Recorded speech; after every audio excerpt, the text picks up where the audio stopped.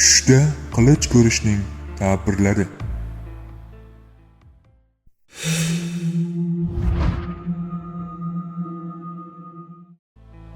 Tushda ko'rilgan qilich farzanddir. Qilichning qinida turganini ko'rish rafiqa, qinidan chiqarilgan qilich obro'-e'tibor deb ta'bir qilinadi. Biror kishi tushida beliga qilich bog'laganini yoki qilichni sug'urganini ko'rsa farzandli bo'ladi.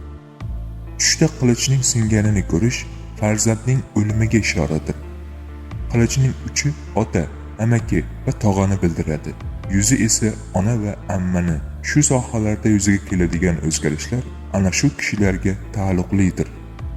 Qilichning qini singanini ko'rgan kishining xotini olamdan o'tadi.